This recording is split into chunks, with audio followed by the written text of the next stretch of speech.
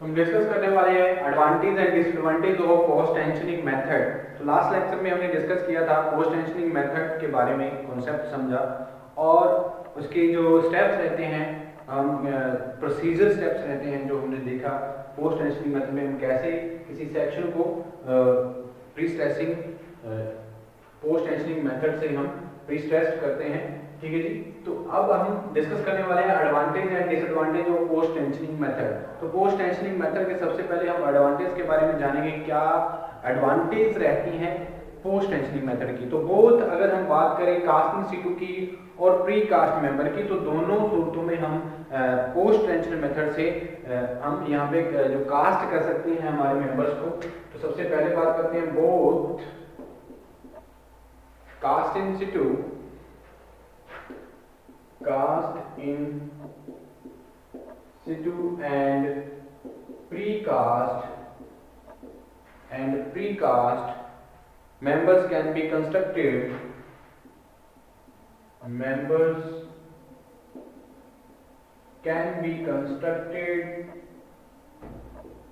by this method, can be constructed with this method। तो क्या advantage रहेगी post tensioning method की। तो इसमें हम अगर फील्ड में और अगर प्री कास्ट करना चाहते हैं किसी मेंबर को, जब फील्ड में ही तैयार करना चाहते हैं, तो ये दोनों पॉसिबिलिटीज रहती हैं पोस्ट टेंशनिंग मेथड में। सेकंड अगर हम बात करें तो सेकंडली हमारा क्या एडवांटेज रहेगा पोस्ट टेंशनिंग मेथड अगर यूज करते हैं प्री स्ट्रेसिंग के लिए। ठीक है जी। तो loss of pre stress is less, यानी कि as compared to the pre tensioning method जो लॉस रहेगा प्री स्ट्रेस का वो कम रहेगा इसमें पोस्ट टेंशनिंग मेथड में। कितना रहेगा, कितने परसेंट रहेगा, वो भी हम यहाँ पे बात करेंगे। Loss of pre stress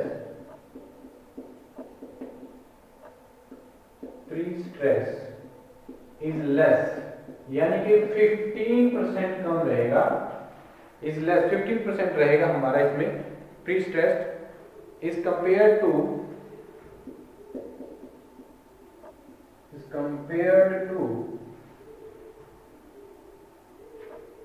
loss of pre-stress is less is compared to pre-tensioning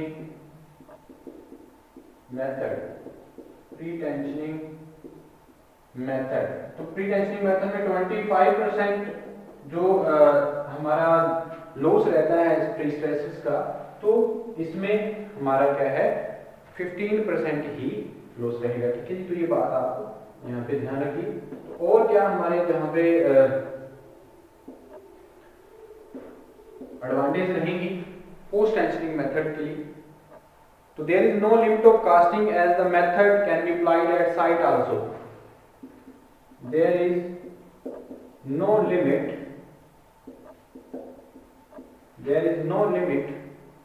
of casting as the method can be applied at site also,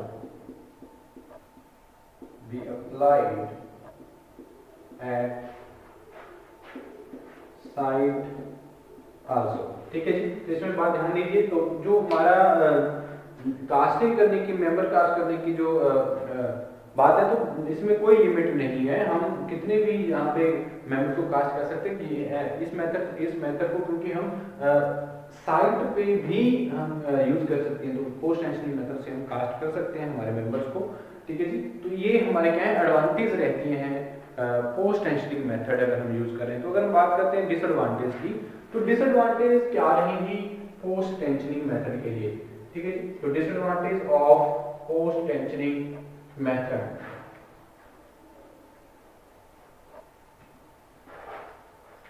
ये तो थी हमारी एडवांटेज। और उसके बाद हम बात करते हैं डिसएडवांटेज की। तो क्या डिसएडवांटेज रहेंगी पोस्ट टेंशनिंग मेथड जब हम यूज कर रहे हैं for prestressing. This method is costly because of added cost of sheathing and ग्रूटिंग।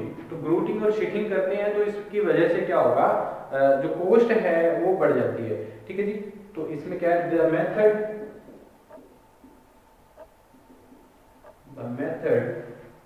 is costly,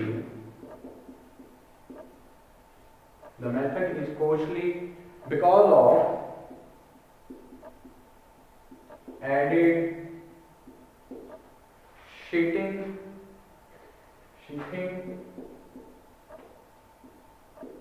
and ग्लूटिंग।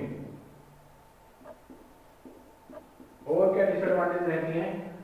अगर पोस्ट टेंशनिंग मेथड यूज करते हैं फॉर प्री स्ट्रेसिंग, ओके, तो जो हमारी complications arise from friction of wire in ducts at the anchor edge and in the jet itself at the time of pre stressing. जब pre stressing के time पे क्या होता है, बहुत सारी जो कॉम्प्लिकेशंस हैं, जो फ्रिक्शंस, क्योंकि वायर में फ्रिक्शंस होने की वजह से कॉम्प्लिकेशंस आ सकती हैं, तो ये एक डिसएडवांटेज रहती है प्री स्ट्रेस टेंशनिंग मेथड में। ठीक है जी, complications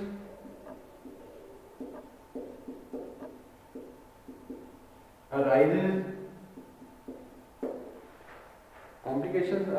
from friction of wires,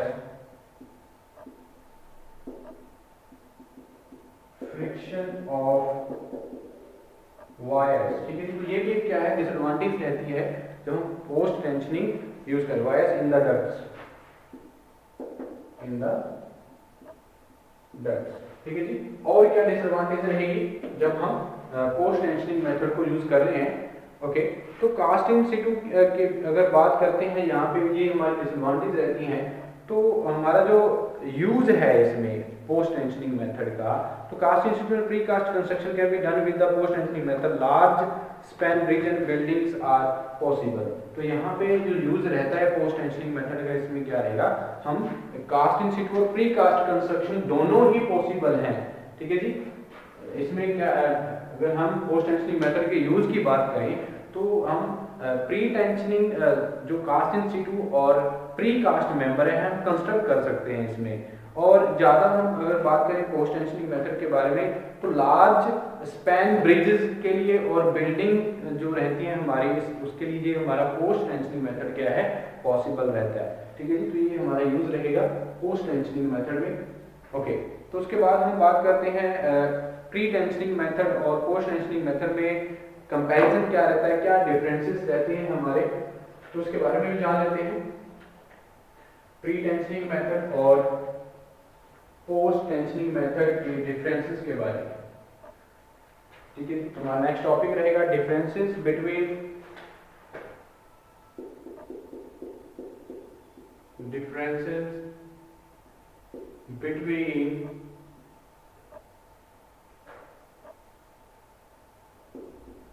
pre-tensioning method and post-tensioning method। ठीक है जी, pre-tensioning method and post-tensioning method के बारे में जान लेते हैं। तो सबसे पहले pre-tensioning method,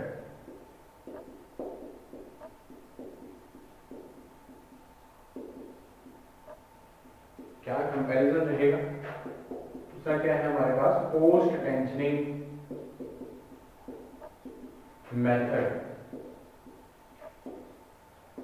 ठीक है जी, तो मेथड ऑफ प्री स्ट्रेसिंग हमारे पास दो मेथड है, प्री टेंशनिंग मेथड और पोस्ट टेंशनिंग मेथड। तो इसमें क्या डिफरेंसेस क्या रहते हैं, तो method of best suitable for factory production under controlled working conditions.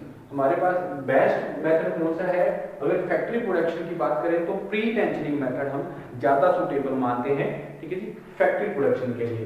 सबसे पहले हम बात करते हैं प्री टेंशनिंग मेथड की। तो मेथड इज बेस्ट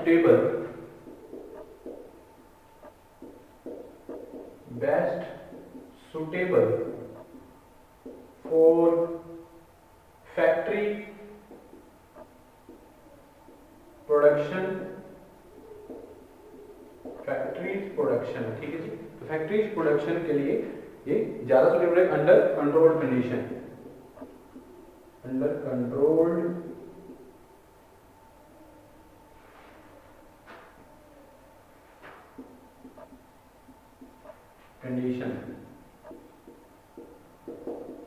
ठीक है जी। तो पोस्ट टेंशनिंग मेथड में क्या हमारा जो मेथड है, पोस्ट टेंशनिंग मेथड जो है both cast in situ and pre cast member हम यहाँ पे कंस्ट्रक्ट कर सकते हैं। पोस्ट टेंशनिंग मेथड की हेल्प से हम लिख सकते हैं यहाँ पे both cast in situ and precast member, both cast in situ and precast members can be made.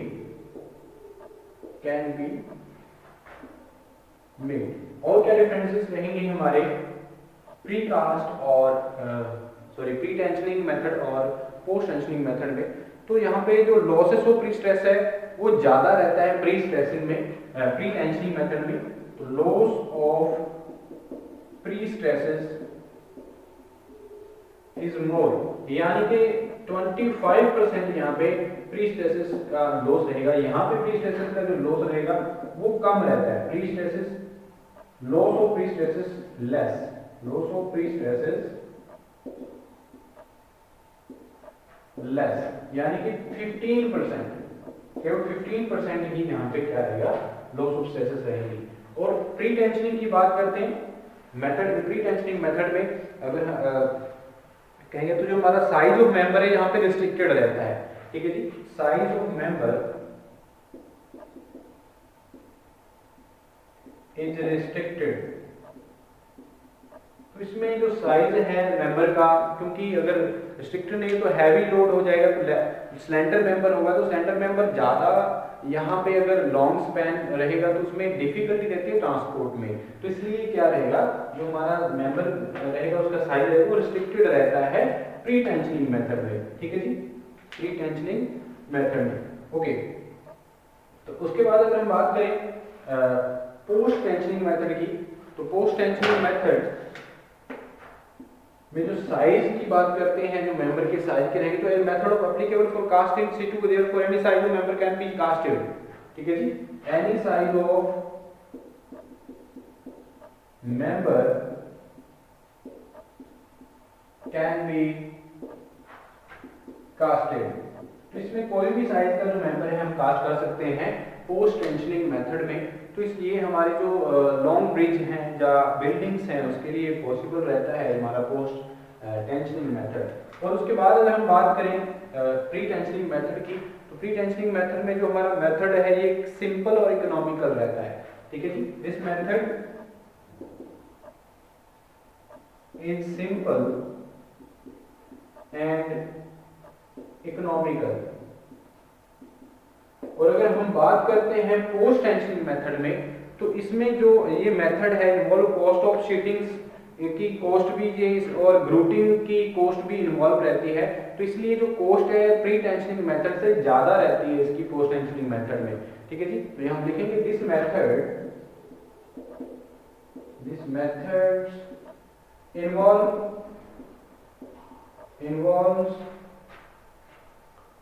cost of sheeting and gluting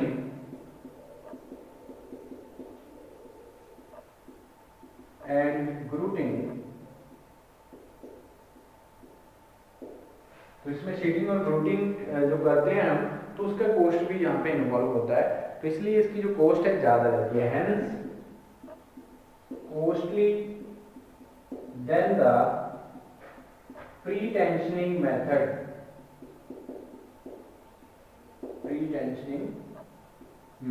ठीक है। लास्ट अगर हम बात करें डिफरेंसेस की, तो और क्या डिफरेंस रहेंगे हमारे प्री टेंशनिंग मेथड और पोस्ट टेंशनिंग मेथड में? तो मिनिमम ग्रेड ऑफ कंक्रीट यहाँ पे हम यूज करते हैं प्री टेंशनिंग मेथड में हम M40 यूज करते हैं। तो अगर हम बात करें यहाँ पे डिफरेंसेस की, तो minimum grade of concrete is to be used in is M40, ठीक है जी। तो M40 ग्रेड हम यहाँ पे मिनिमम यूज करते हैं, किसके लिए? प्री टेंशनिंग मेथड में। और अगर ये बात करें हम पोस्ट टेंशनिंग मेथड की, तो मिनिमम ग्रेड कितना यूज करेंगे यहाँ पे? Minimum grade of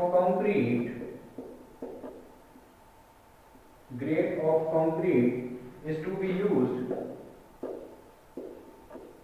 is M30, तो ठीक है जी, तो यहाँ पे हम मिनिमम कितना यूज करते हैं M30 और यहाँ पे M40 ग्रेड यूज करते हैं, जिसकी अगर कैरेक्टरिस्टिक स्ट्रेंथ की बात करें तो 30 न्यूटन पर एम स्क्वायर रहेगी और इसकी कैरेक्टरिस्टिक स्ट्रेंथ कितनी रहेगी 40 न्यूटन पर एम स्क्वायर। ठीक है जी, तो ये हमारे क्या है प्री टेंशनिंग और पोस्ट टेंशनिंग के बारे में हमने जाना क्या रहता है। और अगर हम बात करें प्री टेंशनिंग और हमारे जो लॉसेस आती हैं, लॉसेस ऑफ इन स्ट्रेसिंग, जो प्री स्ट्रेसेस में लॉस आते हैं तो वो लॉसेस जो आती हैं स्ट्रेसेस की वो क्या आती हैं और कौन कौन सी लॉसेस आती हैं, जैसे श्रिंकेज की बात करते हैं, क्रैकिंग की बात करते हैं। तो इस तरह की जो लॉसेस आती हैं वो हमारे प्री स्ट्रेसेस में आ सकती है। तो ये हमारे क्या थे मेथड्स थे, हमने मेथड्स के बारे में जाना। दो मेथड्स हम यूज करते हैं स्ट्रेसिंग पर्पस के लिए, प्री स्ट्रेसिंग पर्पस के लिए। फर्स्ट वन था हमारा प्री टेंशनिंग मेथड और सेकंड वन हमारा था पोस्ट टेंशनिंग मेथड। ओके, तो नेक्स्ट अगर हम बात करें loss in pre stress, loss in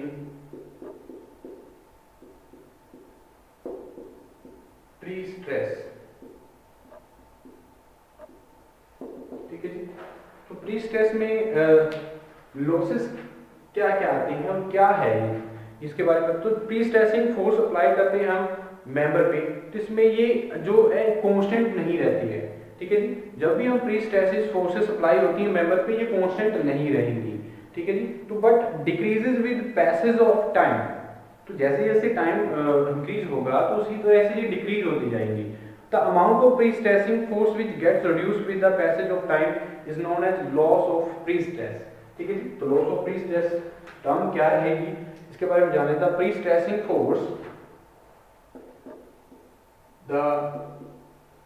pre-stressing force,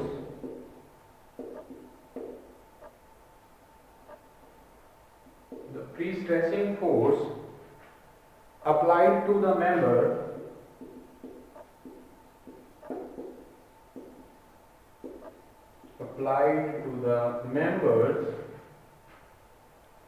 does not remain constant, does not remain constant। ठीक है, तो किसी भी अगर हम मेंबर पे प्री स्ट्रेस फोर्स अप्लाई करते हैं तो वो कांस्टेंट नहीं रहती है, but decreases with the passage of time, but decreases with the passage of time. The amount of pre stressing force, the amount of pre-stressing force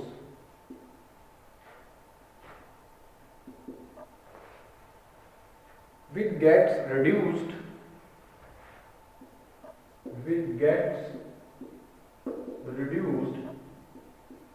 with passage of time is known as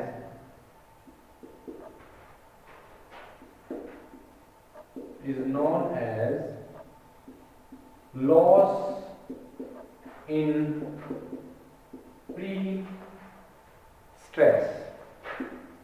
ठीक है जी, तो loss in pre-stress से आप क्या समझते हैं, जब हम किसी मेंबर पे प्री स्ट्रेसिंग फोर्स को अप्लाई करते हैं तो जो हमारी फोर्सेस हैं वो कांस्टेंट नहीं रहती हैं, does not remain constant, but जो पैसेज ऑफ टाइम्स जैसे जैसे टाइम बढ़ता जाएगा तो ये डिक्रीज जरूर होती हैं, रिड्यूस होती हैं।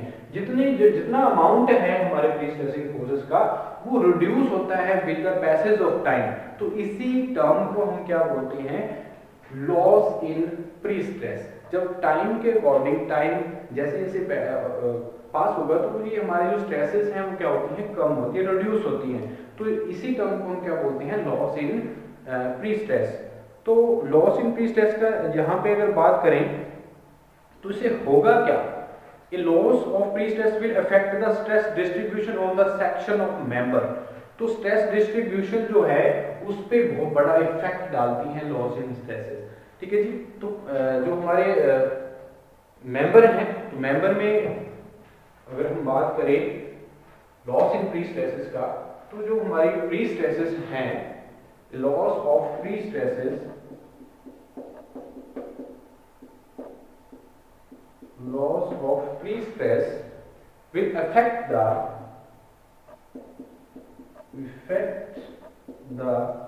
stress distribution in the member, on the section of member, on the section of members। ठीक है जी। तो ये बात आपने ध्यान रखनी है। तो स्ट्रेस डिस्ट्रीब्यूशन जो सेक्शन में होता है वो उस पे इफेक्ट आ सकता है pre stress, loss of pre stresses की वजह से। ठीक है जी। तो इसमें the loss of pre stress में be vary from 15% to 20% of the initial pre stressing force. तो 15 टू 20% जो है इतना लॉस हो सकता है जो पहले से हमने प्री स्ट्रेस की हुई है, जो stresses force, pre stressing force को हमने इनिशियली जो प्रोवाइड किया है, तो उससे 15 टू 20% लॉस हो सकता है। ठीक है जी। अगर हम सेकंड पॉइंट जिसमें बात करें, the loss of stress, the loss of pre stress may be varies from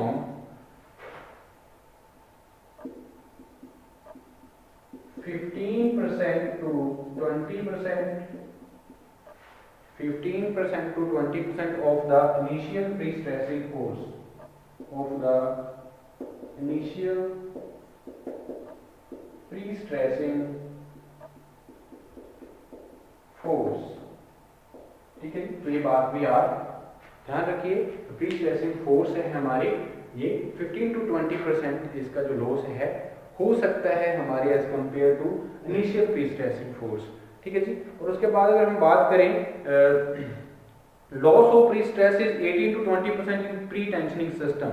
तो जो लॉस प्री स्ट्रेस का हो सकता है वो किसमें होगा, the loss of pre stress 18 to 20% in pre-tensioning system, 18% to 20% in pre-tensioning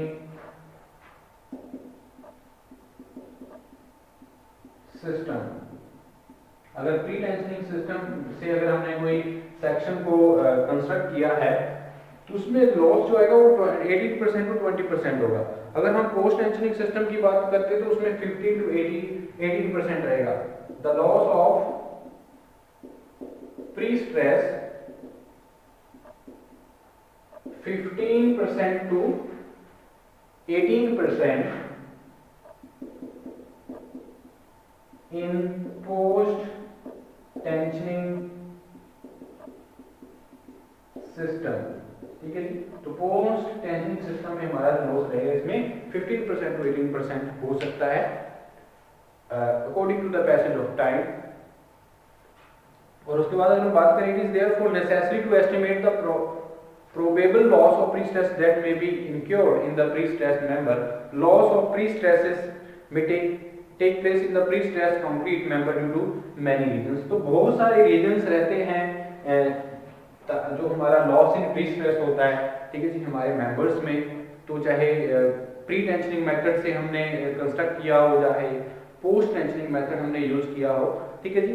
तो causes of loss pre stresses, तो बहुत सारे कारण भी हैं जो प्री स्ट्रेसेस में लॉसेस आते हैं, बहुत सारे कारण रहते हैं। अगर हम बात करें ड्यूरिंग द टेंशनिंग प्रोसेस, ठीक है जी, तो टेंशनिंग प्रोसेस जब चाहे हम मेथड यूज कर रहे हैं, प्री टेंशनिंग मेथड यूज कर रहे हैं, चाहे पोस्ट टेंशनिंग मेथड यूज कर रहे हैं, तो उस टाइम पे फ्रिक्शन एक प्रॉब्लम रहती है। ठीक है जी। तो फ्रिक्शन की वजह से क्या हो सकता है, लॉसेस हो सकता है प्री स्ट्रेसेस में। ठीक है जी। तो प्री स्ट्रेस में जो लॉस होगा, क्योंकि हम जैकिंग की हेल्प से हम एक एंकरिंग सिस्टम करते हैं, उसको पुल करते हैं, तो फ्रिक्शन होती है, तो फ्रिक्शन की वजह से जो लॉसेस होता है प्री स्ट्रेसेस में हो सकता है। और बहुत सारे कारण रहते हैं, या लेंथ होगी, अगर हम बात करें जो लेंथ इफेक्ट है, तो लेंथ इफेक्ट भी एक बड़ा कारण है लॉसेस इन प्री स्ट्रेसेस का। अगर हम बात करें इलास्टिक डिफॉर्मेशन कंक्रीट की सॉफ्टनिंग की वजह से, ठीक है, क्योंकि इलास्टिक डिफॉर्मेशन हो जाती है कंक्रीट की, तो उसकी वजह से भी हमारा लॉस इन स्ट्रेसेस हो सकता है, यानी कि सॉफ्टनिंग होने की वजह से, ठीक है। तो बहुत सारे कारण due to shrinkage of concrete में श्रिंकेज होने की वजह से भी कंक्रीट हमारे जो प्री स्ट्रेस में लॉसेस हो सकते हैं। और लॉस ड्यू टू द जो हमारे रिलैक्सेशन ऑफ द स्टील, तो स्टील अगर हम अंडर कांस्टेंट स्ट्रेन के लिए यूज करें तो इसके लिए भी हमारा लॉस हो सकता है स्ट्रेसेस में। ओके, तो क्रीप की वजह से, श्रिंकेज की वजह से, या स्लिपेज ऑफ टेंडन्स, या हमारे स्लिपेज हो जाती है टेंडन्स जो हम प्रोवाइड करते हैं, या एंकरिंग सिस्टम है, तो उसमें बहुत सारी प्रॉब्लम्स आती है। तो इसलिए जो सुपरविजन रहता है, परफेक्ट सुपरविजन चाहिए जब हम इस तरह के प्री स्ट्रेसिंग यूज करते हैं, जब हम प्री टेंशनिंग मेथड यूज करें या पोस्ट टेंशनिंग मेथड करते हैं, परफेक्ट सुपरविजन की रिक्वायरमेंट रहती है, ठीक है जी। तो बहुत सारे कारण है, क्रीप है, श्रिंकेज है, लेंथ इफेक्ट है, और जो हमारे फ्रिक्शन की वजह से, तो इस तरह से हमारे लॉसेस आ सकते हैं प्री स्ट्रेसेस। तो हमें जाना प्री स्ट्रेसेस क्या होता है। तो ये हमारा जो चैप्टर है यहाँ पे कंप्लीट होता है, प्री स्ट्रेस्ड कंक्रीट। तो हमने जाना है प्री स्ट्रेस कंक्रीट में कॉन्सेप्ट प्री स्ट्रेस कंक्रीट का क्या है, मेथड क्या है प्री स्ट्रेस के, उसके एडवांटेज और डिसएडवांटेज क्या रहती हैं प्री स्ट्रेसिंग की, और जो मेथड यूज करते हैं उनमें डिफरेंसेस क्या हैं, उनके एडवांटेज और डिसएडवांटेज क्या है, और लॉस जो होता है प्री स्ट्रेसेस की वजह से क्या होता है, और किन की वजह से, कॉज क्या है, वो हमने जाना। तो हम ये हमारा यहाँ पे चैप्टर कंप्लीट होता है प्री स्ट्रेस कंक्रीट।